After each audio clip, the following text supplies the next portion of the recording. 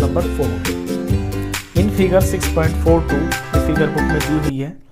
If lines PQ and RS intersect at point T पर मिल रही हैं, सच दैट इस तरह से मिल रही हैं कि PRT 40 डिग्री है, PRT एंगल 40 डिग्री है, RPT 95 डिग्री है, एंड TSQ ये 75 डिग्री है। फाइंड SQT, आपको SQT फाइंड करना है। तो SQT ये एंगल है आपका जिसे मैं मार्क कर रहा हूँ। तो फिगर आपके सामने है, गिवन मैंने यहाँ लिख दिया है, टू फाइंड लिख दिया है। आपको फिगर में देख के ये देखना है कि इस क्वेश्चन को किस तरह से स्टार्ट किया जाए। देखिए PRT में ध्यान दें आप, PRT एक ट्रायंगल दिख रहा है बिल्कुल साफ साफ, और इस ट्रायंगल में आपको दो एंगल भी दिखाई दे रहे हैं। तो angle sum property of triangle लगा के आप तीसरा एंगल निकाल सकते हैं, यानी कि ये आप निकाल सकते हैं। और जब आपका ये निकल जाएगा तो इसी के सामने वाला इसी के बराबर का होगा, क्यों? Vertical opposite angle. और फिर आप देखेंगे अपने TSQ ट्रायंगल में, TSQ ट्रायंगल के अंदर आपको ये पता चल जाएगा, ये पता चल जाएगा, तो फिर से एंगल सम प्रॉपर्टी लगा के आप अपना Q निकाल देंगे, तो आपका आंसर आ जाएगा। तो इस तरह से करना है ये क्वेश्चन। तो चलिए सॉल्यूशन में हम पहले लेंगे अपना triangle PRT। In triangle PRT तो angle P plus angle R plus angle T, तीनों के तीनों एंगल मिलके हो जाएंगे आपके 180 डिग्री। क्यों? Angle sum property of triangle, किसी भी ट्रायंगल के तीनों एंगल मिलके आपके 180 डिग्री के होते हैं। इसमें P आपको पता है 95 डिग्री, एंगल R आपको पता है 40 डिग्री, एंगल T ये वाला ये आपका अननोन है, एज इट इज लिख दीजिए 180 डिग्री। ये दोनों मिलके आ गए आपके 135 plus angle T is equal to 180 degree. अब यहाँ से आपको एंगल T पता चल जाएगा, तो एंगल T हो गया आपका 180 डिग्री, और यहाँ से 135 इधर आ जाएगा। तो फिर एंगल T की वैल्यू आ गई आपकी, माइनस करेंगे इसे तो आपका 45 डिग्री आ जाएगा। अब ये जो T है ना, ये आपका इधर वाला है, ये 45। चलिए इस ट्रायंगल में ये 45 पता चल गया। अब अपने लेते हैं TSQ ट्रायंगल को। नाउ इन ट्रायंगल TSQ, अब TSQ के अंदर एंगल T, यहाँ पे लिख देता हूं मैं, TSQ के अंदर जो एंगल T है वो हो जाएगा आपका 45 डिग्री का, क्योंकि ये 45 है ना, तो ये भी 45 हो जाएगा। रीजन वर्टिकली अपोजिट एंगल्स, तो ये भी आपका 45 हो गया। अब अपने इस ट्रायंगल के अंदर एंगल सम प्रॉपर्टी लगाएंगे, तो लिखेंगे angle T plus angle S plus angle Q, तीनों मिलके 180 degree. Reason angle sum property of triangle. यहाँ से जिनकी वैल्यू है आपको नोन है वो भरते हैं। T पता है आपको 45 डिग्री, आपको S पता है 75 डिग्री, आपको Q नहीं पता, एज इट इज लिख दीजिए Q is equal to 180 degree. अब जो दो नंबर आपको नोन है इनको ऐड करते हैं, ये आया 120 degree plus angle Q is equal to 180 degree. तो यहाँ से एंगल Q की वैल्यू आ जाएगी 180 अपनी जगह है, ये 120 यहाँ से उठ के यहाँ आएगा तो माइनस हो जाएगा, तो एंगल Q की वैल्यू आई 60 डिग्री। और एंगल Q ही आपको निकालना है, मैंने मार्क किया हो ना शुरू में, ये ही आपको निकालना है। तो बुक की फॉर्म में इसका आंसर लिख देते हैं। एंगल Q क्या है आपका, SQT ही तो है, तो therefore angle SQT is equal to 60 degree, ये आपका आंसर है। चलिए क्वेश्चन 4 के बाद करते हैं क्वेश्चन 5।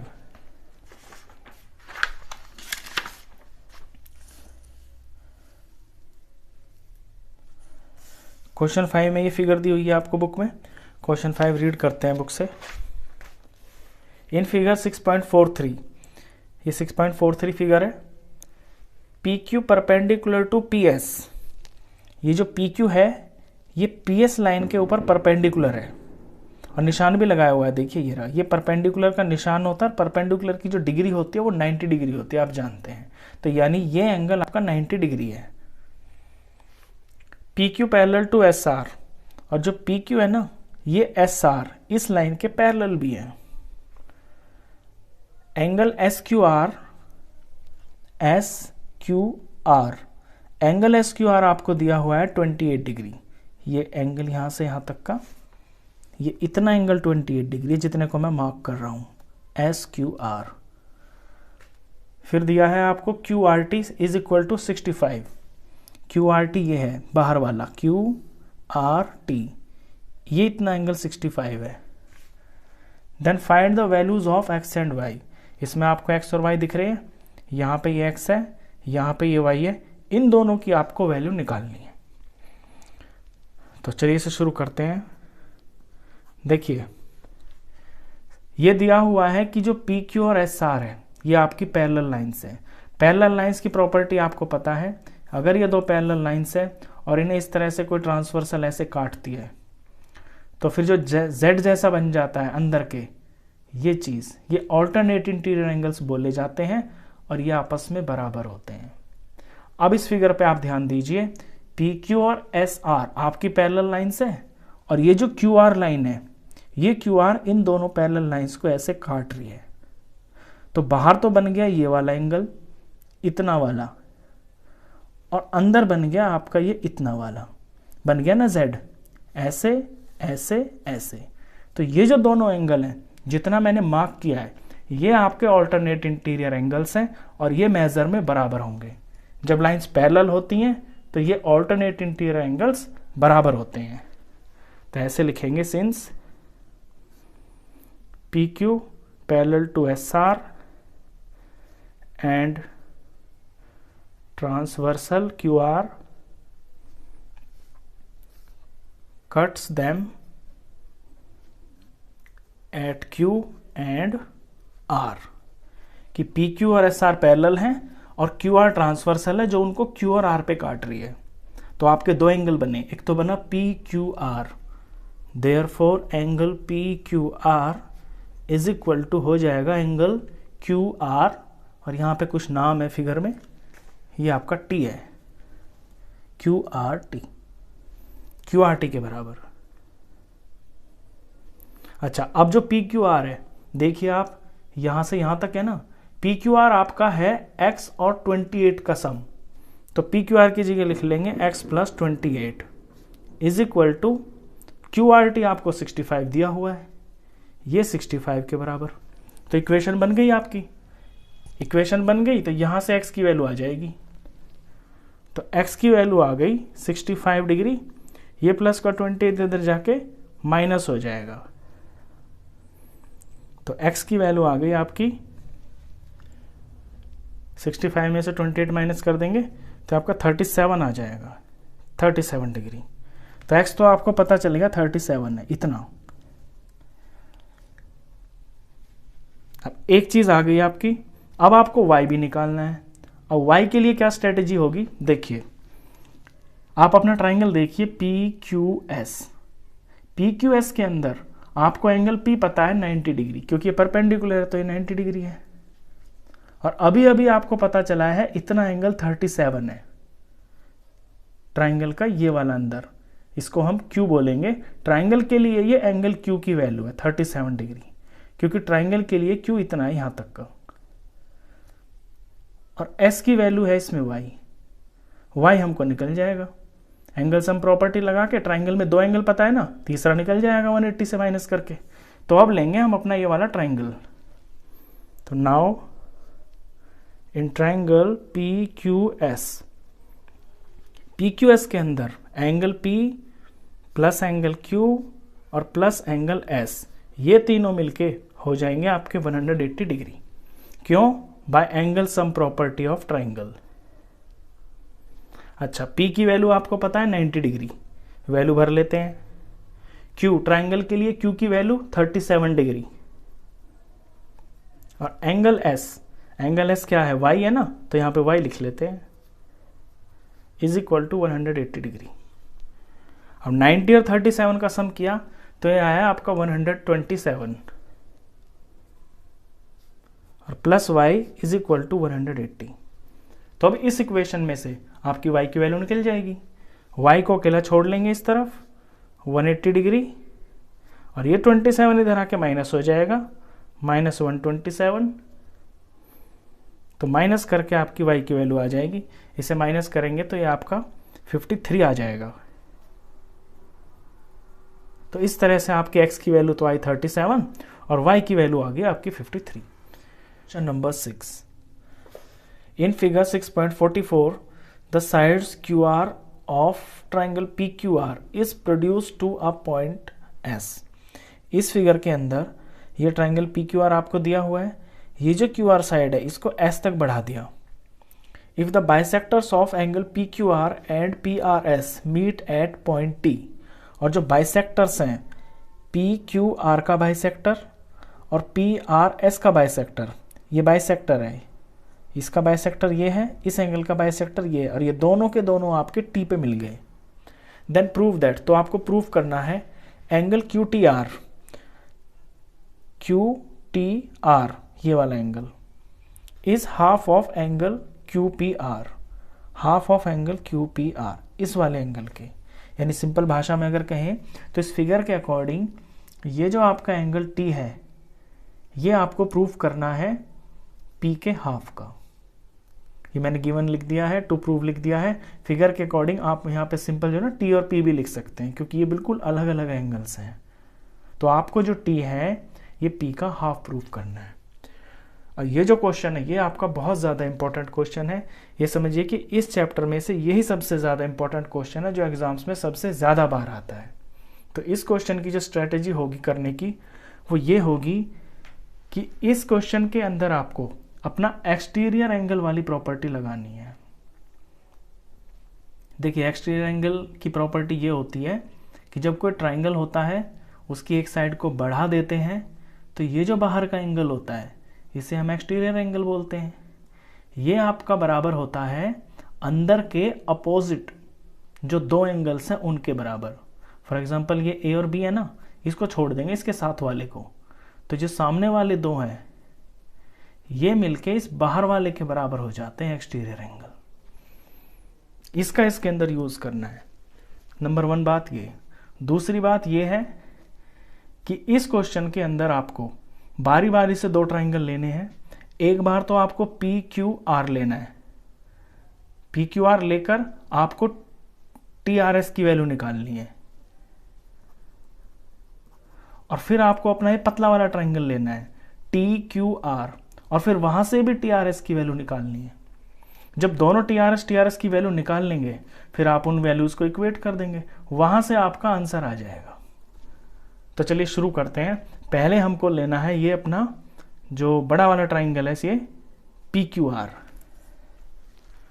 तो सॉल्यूशन इन ट्राइंगल PQR के अंदर QR साइड को आगे तक एक्सटेंड कर दिया, तो आपका बाहर का जो एंगल है ये वाला PRS, एंगल PRS बराबर हो जाएगा इस ट्राइंगल के अंदर के दो अपोजिट एंगल के बराबर। यहां बताया ना मैंने अभी भी।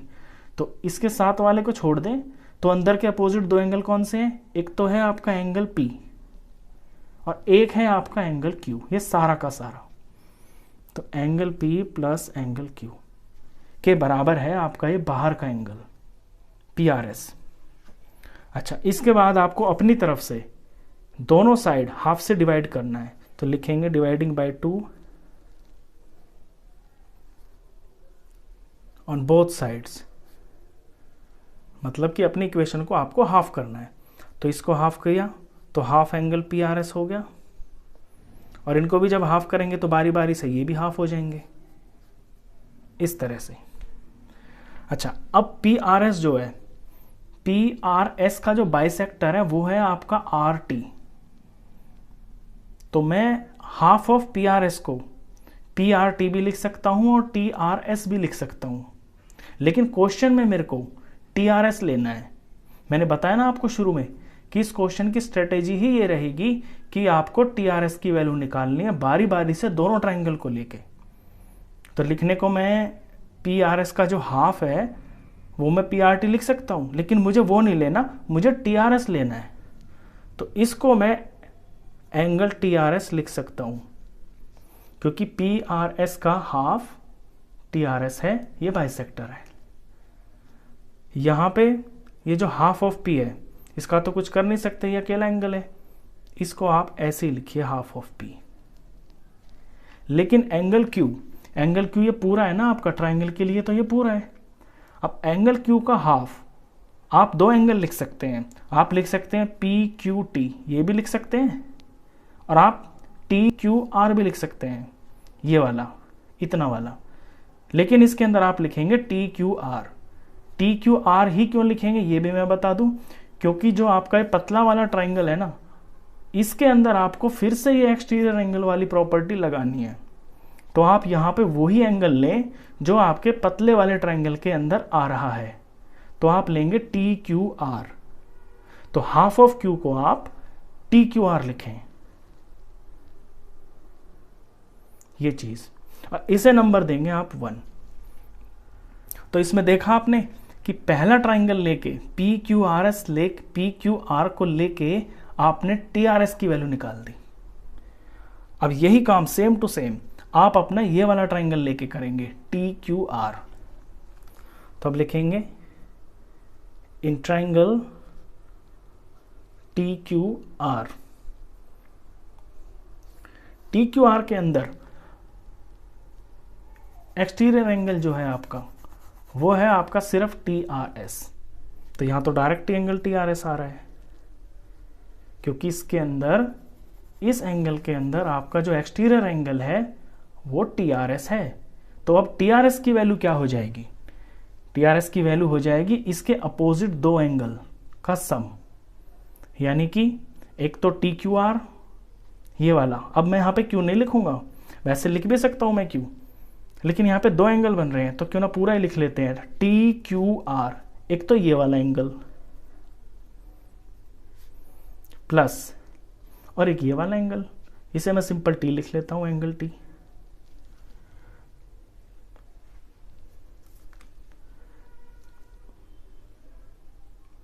अब देखें आप, टी आर एस आपका ये भी है और टी आर एस आपका ये भी है।